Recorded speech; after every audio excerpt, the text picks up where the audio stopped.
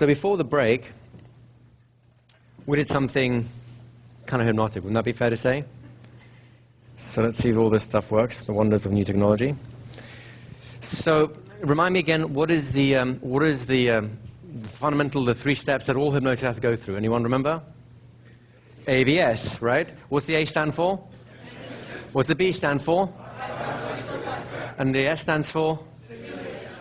Absolutely. So we have stimulate the unconscious. So the A is for absorb attention. Does that work? Good. B is for bypass the critical factor. You will hopefully excuse my having abbreviations. And the S is for stimulate an unconscious process. Ooh, that's the wrong way around. Look at that. Can't do that on paper, can you? Okay, and the childlike writing will, well, there you go. The childlike writing will get better as we go along. So this is the fundamental of what we're looking to do with hypnosis, right? And all you have to remember here is, thank you very much, A, B, S. Do we have an A in terms of what we've been doing so far? Yes? What kind of things were the A?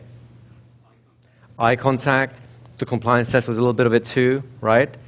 And then just noticing what happens to them physically when the eye contact matures and something happens. Would that be fair to say? Did we do something with the B? Yes? What?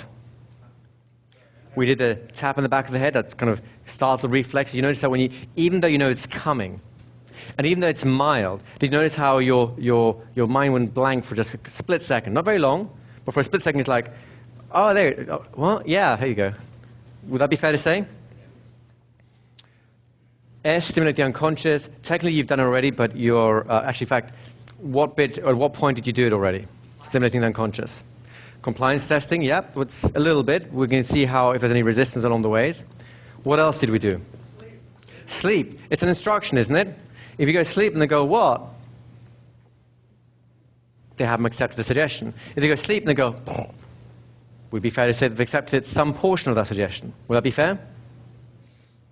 The other time when you've stimulated the unconscious is, believe it or not, when you trigger the startle reflex. What's happening is you have a little part of the brain called the amygdala. It's part of the limbic system. It's the mammalian brain. You know, you have the 3 brains, reptilian, mammalian, and the neocortex with advanced thinking skills and maths and all those wonderful things we all love.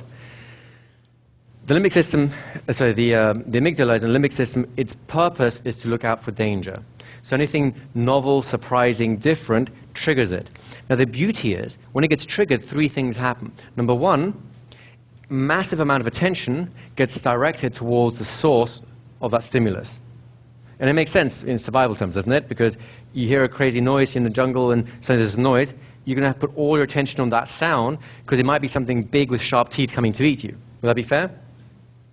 Number 2, your regular thought processes get cut short. That's what you experience when your mind went temporarily blank. It wasn't very long, it wasn't very extreme, but for a split second, it was blank, right? Would that be fair to say? For some of you, the blankness lasted longer than others. Some of you might still be in it, which is great. Congratulations. But, you know, you have a small window of opportunity. Would that be fair to say? Yes? The instruction sleep comes in that small window.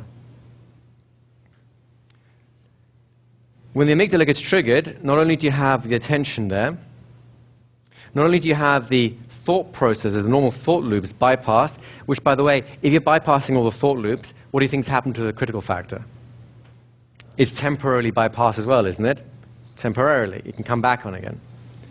The final stage is stimulate the unconscious. Let me ask you this. Where do your emotions come from? Do you choose them? Do you say, right now I'm going to be happy? Ha! You can choose how to feel, absolutely. But you choose it indirectly. You choose it by reflecting on things that will make you feel good. You choose it by having thoughts that will make you feel good, by viewing the situation in a way that will make you feel good. Does that make sense to everyone? But you're not directly causing the good feeling like you would lift an arm. It's your unconscious that's doing that. When the amygdala gets triggered, you also amp up the emotional response. Has everyone here ever heard a joke, which at first you don't get? You're going like, what? I don't get it. And then very, very slowly this penny drops, and the next thing you know is you're crying hysterically on the floor. Your pants are already wet. That's beyond you now. And you don't care because you're having such a good time because this is a funny joke. Anyone have a similar experience to that?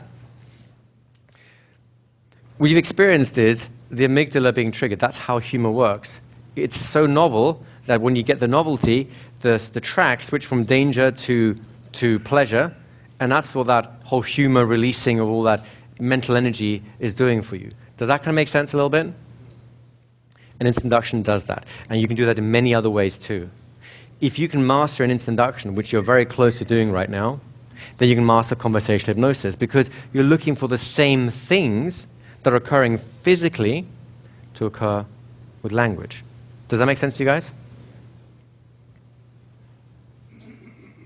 So let me ask you this. How many of you, when they did instant induction, they went sleep, the person went down the shoulder, you felt great.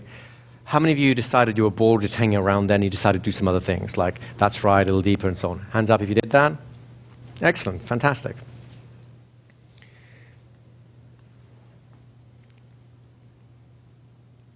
The most important part of an instant induction, and really I'd say all inductions, but it's particularly evident in instant inductions,